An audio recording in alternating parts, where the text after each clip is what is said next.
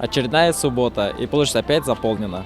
Люди с разных районов и других регионов приехали сюда, чтобы сибайцы смогли сделать припас на зиму экологически чистых продуктов. Осенние сельскохозяйственные ярмарки – отличная сибайцев и жителей близлежащих районов приобрести спелые овощи и фрукты, качественное сочное мясо, натуральный вкусный мед и все по приемлемой цене. Вот как хорошо, ярмарка, все продается, народу столько на ярмарке, все спешат сюда. Все, молодцы, что организовали такую ярмарку. Все дешево, доступные цены для Сибая. Все. Ну, что еще можно сказать? Молодцы, молодцы. На такую масштабную, завершающуюся в этом сезоне сельхозярмарку приехали фермеры из Зилаирского, Зианчуринского, Абзелиловского, Баймакского, Бурзянского районов, Челябинской и Оренбургской областей. Приехала с Кизильского района на ярмарку продавать своих гусей. Вырастила сама. Продаем конину вот привезли. Только холодно, конечно, стоять. А так нормально. И часто участвуете в ярмарке? Да, каждый год.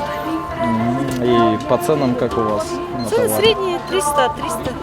Чуть повыше иногда бывает, чуть пониже. Мы приехали с Кизильского района, совхоз по октября. Каждую ярмарку мы бываем, продаем конину. Конины высшей категории у нас. Что касается стоимости, то они практически не изменились на все виды продуктов. Мясо продается по 250, по 350 рублей за килограмм. Цена на мед немного выросла, в отличие от прошлого года. Вызвано это тем, что сбор меда выходит значительно меньше, чем в 2015 году. Если в прошлом году за 3-литровку меда люди отдавали 1000 рублей, то в этом году цена доходит до 1500 рублей. Каждый год сюда приезжаем. В этом году подороже был мед. В том году, по-моему, 1000 где-то был, 1100. А в этом году немножко подороже. Ну, 100-200. С чем это связано? Ну, в некоторых регионах и мало было меда, поэтому дороже. Цена на овощи и фрукты практически та же, что и в прошлом году. Постоянные покупатели и сельхозпроизводители остались довольны проведением ярмарок. В первую очередь за предоставленную возможность реализовать свой товар. Октябрь – это месяц ярмарок. Вот. И каждую субботу мы проводим здесь общегородские ярмарки для того, чтобы наши сельхозтоваропроизводители не только нашего города, но также и близлежащих районов республики, а также Челябинской и Оренбургской областей могли приехать и реализовать как раз вот осенью свою продукцию. Данные ярмарки фактически они у нас проводятся организованно, издается соответствующие нормативно-правовые акты, потому что, сами понимаете, во-первых, организовать такое количество людей на одной площади, это тоже есть определенные для этого условия, потому что после, например, после проведения ярмарки необходимо площадь убрать.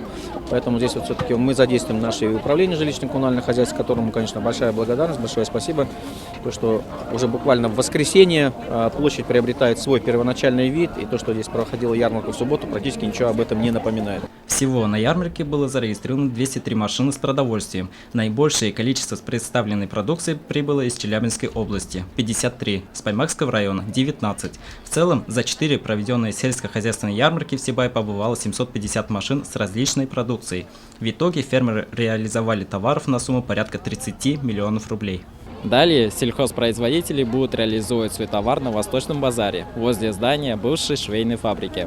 Так что для тех, кто еще временит с закупкой припасов, возможность еще предстоит. Данил Алибаев, Радмир Исянголов, Любовь Карпова, телекомпания СТВ.